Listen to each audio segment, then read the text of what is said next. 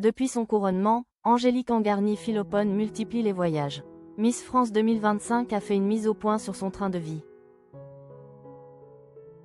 Depuis son sacre le 14 décembre dernier, Angélique Angarny-Philopon, Miss France 2025, enchaîne les déplacements aux quatre coins du globe.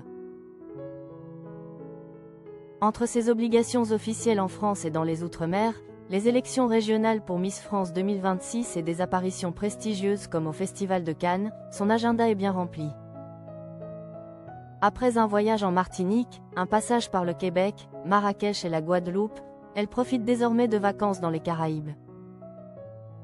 Si elle partage ses séjours luxueux sur Instagram avec ses 319 000 abonnés, certains internautes estiment que son train de vie semble déconnecté de la réalité. Ce mardi 12 août, la reine de beauté a décidé de réagir face aux critiques, assumant ses publications tout en précisant les coulisses de ses voyages. Une mise au point directe d'Angélique Angarny-Philopon. J'ai conscience que ce que je montre n'est peut-être pas accessible à tous et à toutes. Mais j'ai plaisir à vous montrer qu'Angélique, 34 ans, n'aurait jamais pensé un jour pouvoir avoir accès à toutes ces merveilles, explique-t-elle sur Instagram. Invitée gracieusement grâce à son titre, elle donne des précisions. Oui, les nuits dans ces villas sont coûteuses, mais j'espère que vous aurez un jour les moyens de vous offrir cela. Elle encourage même ses abonnés à garder les adresses, se rincer les yeux, kiffer, et surtout à espérer vivre ces moments, sans envie, sans jalousie, juste avec le cœur.